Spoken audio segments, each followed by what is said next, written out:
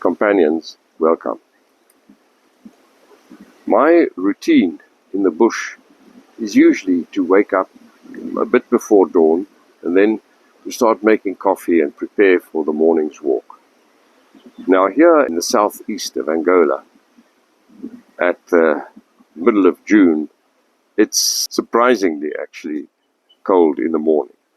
And here you can see Masada and myself almost on top of his little fire for a bit of warmth while we're having me my coffee and he his tea. Companions, I thought what I'd do, I will tell you about a few random observations that I have come across as Sada and I walk through the bush. Now this is extremely interesting. Not a spot where some animal had foraged for roots or anything by digging them up. It's something else. It is where a steenbok had scratched some earth over its droppings. So here it dug up a bit of earth with its front feet and it covered its droppings. Such a beautiful little hygienic animal, the steenbok. I absolutely love them.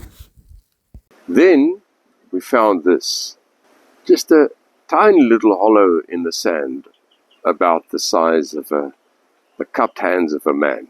There is in fact an animal foraging for food, and you can see what it was foraging for.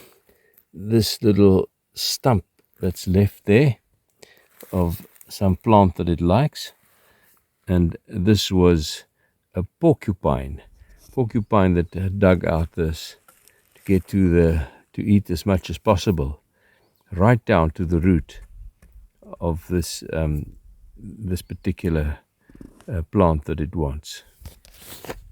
And here is something that some of you might find a little bit uninteresting.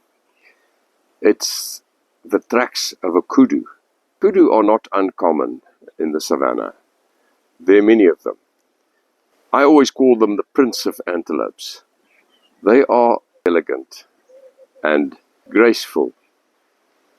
They are like ballerinas. The way they run and walk, they are just exquisitely balanced and graceful.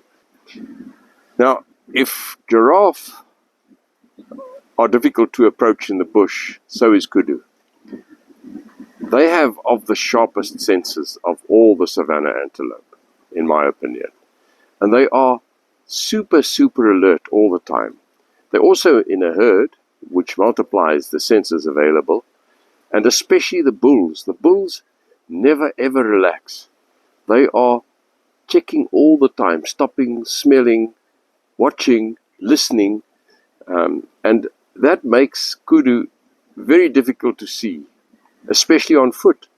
Of course, when you're in a car and you're in a game reserve and they're used to the car, then not a problem. But on foot, very difficult to find. What one usually finds is the white of their tails as they run away. And here is a photograph of a bull that Stefan caught out on the floodplain. This is unusual to catch a kudu out on the floodplain. They like well-wooded areas because they are browsers almost exclusively. They eat leaves. But we will revisit kudus. I think they're worth revisiting at some point.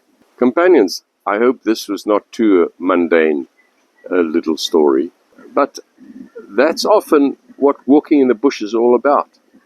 It's noticing the small things, understanding them, thinking about them, enjoying them.